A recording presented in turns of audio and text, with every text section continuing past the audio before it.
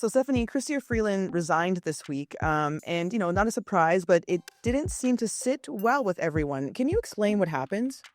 Sure. So on Monday morning, pretty early, Ukrainian President Volodymyr Zelensky announced that he was appointing Ms. Freeland to be an advisor and that she was going to work on economic development. So what Chrystia Freeland sort of did here is a bit like if you were to take a job, a new job, while you still had your old one, right? And you would go to your boss and you would say, hey, boss, thanks so much for everything, but I've taken a new job with company X. And that boss would say, your current boss would be like, sounds great. You're going to give me your 2 weeks. But in the meantime, I'm going to cut you out of everything. You can't sit in on corporate decisions. I'm booting you out of the company Slack channel.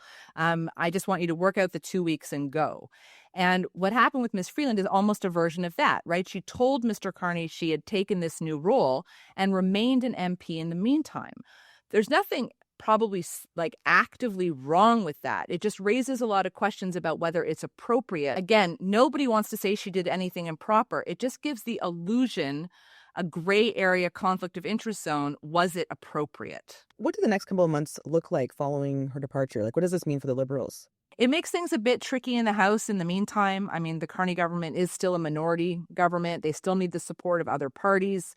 A vacancy doesn't really change too much of the dynamic, but still, and then, it also opens up the question, if she's going, is anyone else going? Is now the time for Mr. Carney to say to, some other folks, both on his front benches, maybe on his back benches, listen, thanks so much.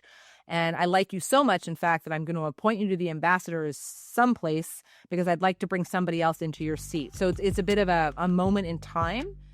If Mr. Carney would like to do a bit of a broader reset, call a bunch of by-elections at once, and then continue on the year that he's going to be under a lot of pressure with a bit of a refreshed caucus.